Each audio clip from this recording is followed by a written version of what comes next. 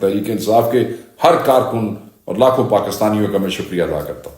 آپ نے ہر لحاظ سے ایک تاریخ رقم کی ہے اور 8 فروری کے بعد 4 اکتوبر کو ٹاؤٹوں اور مہروں کو ان کی حیثیت اور اوقات یاد دلائی۔ جنگل رات کا گماشتہ پورے اسلام آباد کو بند کر کے اور کنٹینرز کی فصیلیں قائم کر کے ایک روز قبل میڈیا پر دھمکیاں دے رہا تھا کہ ڈی چوک میں کسی پرندے کو بھی پر مارنے کی اجازت نہیں دیں گے، مگر پوری دنیا نے دیکھا کہ تحریک انصاف کے کارکن اور عوام نے کٹھ پتلی راج کی رونتوں کو خاک میں ملایا اور ایک انسانی سمندر کی صورت میں ظلم، جبر، فسطائیت، سفاکیت اور رکاوٹوں کے طویل سلسلوں کو عبور کر کے اور لاٹھی، آنسو گیس، حتیٰ کہ گولیوں کی بچھاڑ کا سامنا کر کے ڈی چوک پہنچے اور کپتان کی کال پر لبیک کہا اور کہہ کر دنیا کو بتایا کہ اس ملک میں سکہ قیدی نمبر 804 کا چلتا ہے، جو عوامی راج کی معتبر ترین علامت اور عوام کے اعتماد، ان کی محبتوں، ان کے حقیقی مینڈیٹ کا بلا شرکت غیر کسٹوڈین ہے۔ اس پرامن احتجاج کی نہایت جرت، حوصلے اور ہمت سے قیادت پر وزیر اعلیٰ پختونخوا علی امین گنڈاپور تحصیل کے مستحق ہیں۔ انہوں نے بطور صوبائی صدر تحریک انصاف جس محنت اور قاوش سے اس پورے احتجاج کو پہلے منظم پھر اس کو قیادت فراہم کی، وہ قابل اعتراف ہے۔ علی امین گنڈاپور نے لاکھوں افراد کے قافلے کی صف اول میں کھڑے ہو کر قیادت اور کم و بیش 30 گھنٹے تک زہریلی گیس، ربڑ بلٹس، اسٹریٹ فائر، بدترین مار پیٹ کو برداشت کیا اور کنٹینرز کی اہلی فصیلوں اور راستے میں کھودی گئی خندقوں کو عبور کر کے ڈی چوک کی جانب پیش قدمی ہی نہیں کی، بلکہ اعلان کے مطابق شرانگیزی اور فساد پر آمادہ فسطائی سرکار کے عزائم خاک میں ملا کر ڈی چوک میں احتجاج کے طے شدہ مقام پر پہنچے۔ آپ کی اس فتح و کامیابی نے مینڈیٹ چھوڑو سیاسی ٹاؤٹس کو اور ان کے اکاؤں کے پیروں کے نیچے سے زمین کو اتنا گرم کیا، بے حد گرم کیا، اور انہوں نے آپ کی فتح کو ننگی بدماشی اور چال بازیوں کے ذریعے شکست میں بدلنے کی اپنی کوششوں میں مزید شدت پیش کر دی۔ عوام کی جس سونامی کو وہ پولیس، رینجرز اور لاتعداد انتظامی ہتھ کنڈوں سے نہ روک پائے، اس کے اثرات کی شدت میں کمی اور اپنی شرمندگی چھپانے کے لیے پروپیگنڈا اور کنفیوژن کے اسی ہتھیار کو استعمال کیا گیا جو مدت سے یہ استعمال کرتے آئے ہیں۔ اس کے ساتھ وہ لڑائی جو محض پرامن احتجاج تک محدود تھی، اس کے دائرے کو بڑھا دیا گیا اور وفاق کے حاکم غنڈوں نے ایک صوبے کی حرمت، مینڈیٹ اور کروڑوں پختونوں کے گھر پر مسلح لشکر کشی کر کے پرامن احتجاج کو 9 مئی کی طرح اشتعال اور انتشار کی نظر کرنے اور بدامنی اور فساد کے ایک نئے منصوبے کی راہ ہموار کرنے کی کوشش کی، جسے کامیابی سے ناکام بنا دیا گیا۔ شکست کی ذلت چاٹنے اور اپنے انجام کو نہایت قریب سے دیکھنے والے بزدلوں نے ڈی چوک میں آپ کی فتح کا بدلہ اڈیالہ میں ان کی گرفت میں قید عمران خان سے لینے جیسی گھٹیا حرکت کی۔ تمام قانونی تقاضوں اور بنیادی حقوق پامال کرتے ہوئے ان نیچ حکمرانوں نے عمران خان کو قید تنہائی میں ڈال دیا۔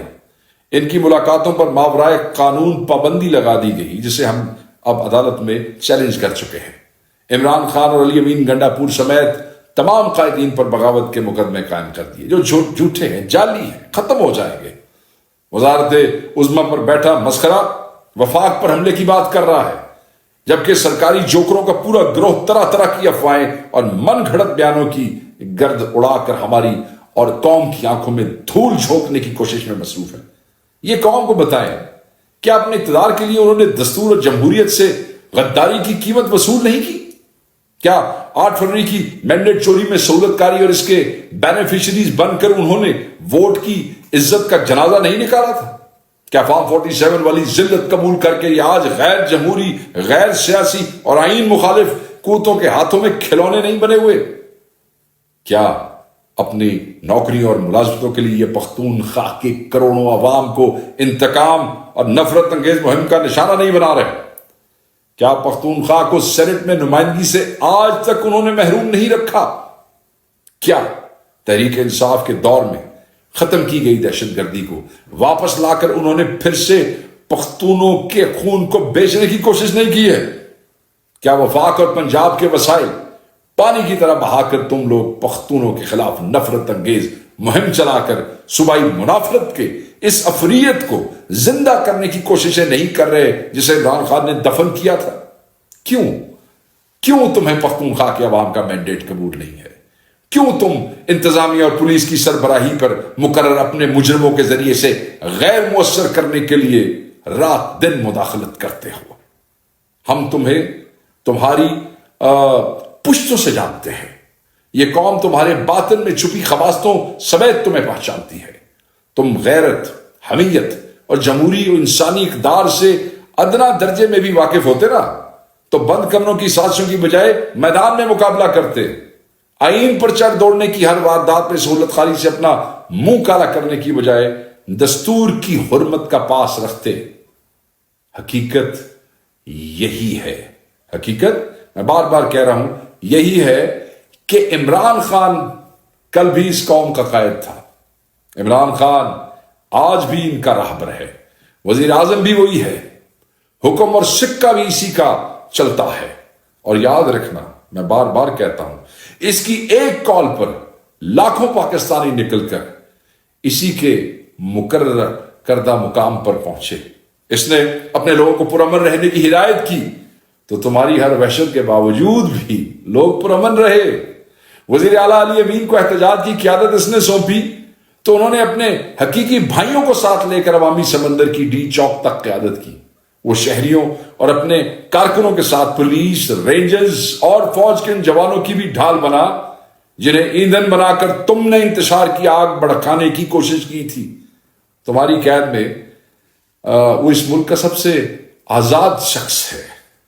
تمہارے بڑوں کے برعکس وہ اپنی ذات کا نہیں، اپنے ملک اور اپنی قوم کو ہر شے پر مقدم رکھتا ہے.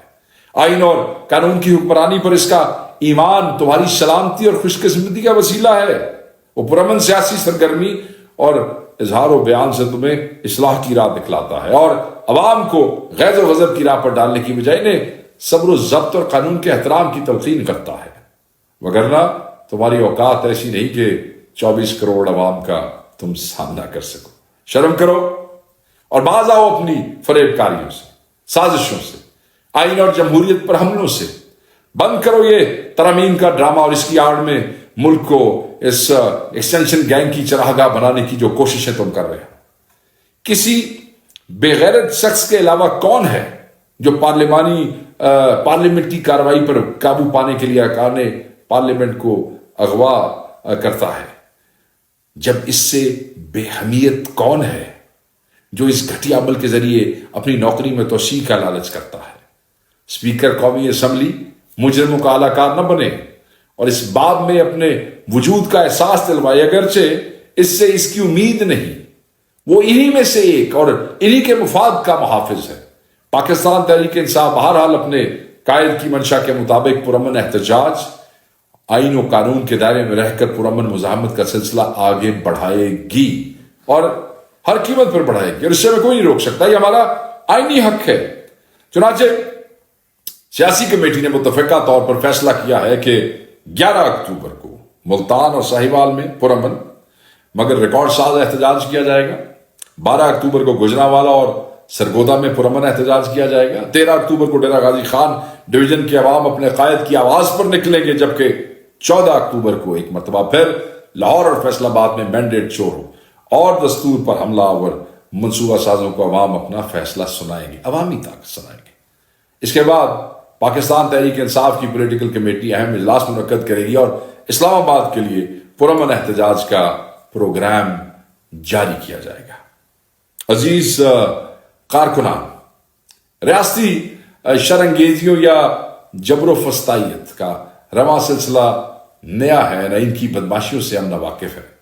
گزشتہ 2.5 برس کے دوران ہم نے اپنے قائد کی قیادت میں ان کی وحشتوں کا ہر روز ہر محاذ پر مقابلہ کیا. کپتان ہمیں کہا کرتے ہیں کہ ہارتا وہ ہے جو شکست قبول کر لیتا ہے. ہمیں منزل کو پانا ہے. ہم میں سے مایوس وہ ہو جس نے حقیقی آزادی کی بجائے کسی اور شے کو اپنی منزل بنایا. ہمارا کپتان پر امید ہے. وہ ظالموں کے سرکاری لشکروں کے مقابلے میں تنہا کھڑا ہے اور ہمیں عزیمت اور آزادی کی راہ دکھلا رہا ہے. جب وہ حقیقی آزادی سے کم کسی شے کو قبول کرنے پر آمادہ نہیں اور آخری گیند تک لڑنے کا اعلان کیے ہوئے ہے تو ہمارے قدم بیچ سفر میں کیسے ڈگمگا سکتے ہیں؟ ہم وسوسوں کو اپنے دلوں میں کیسے جگہ دے سکتے ہیں؟ ہم نے ظاہری اور باطنی شیاطین کی چالوں میں الجھنے کی بجائے منزل پر نگاہ مرکوز رکھنی اور پیش قدمی کو جاری رکھنا ہے۔ شہباز شریف تو شاہی کچھ نہیں ہے، ہم نے اس کے بڑے اور اس کے بھی بڑوں سے مادر وطن کو آزاد کروانا ہے۔ یاد رکھیے گا، چیری بلاسم کو ہمارا یہی پیغام ہے کہ پنجاب کی ڈاکو رانی کے ساتھ مل کر اپنے انجام کے حوالے سے منصوبہ بندی پر وقت مکمل کر لیں۔ فرار کی راہوں پر اس مرتبہ جنرل قمر جاوید باجوہ کے نہیں، عوام کے پہرے ہوں گے، اور یہ بڑی نوٹ کرنے والی بات ہے آپ کے لیے۔ عمران خان زندہ باد، پاکستان پائندہ باد۔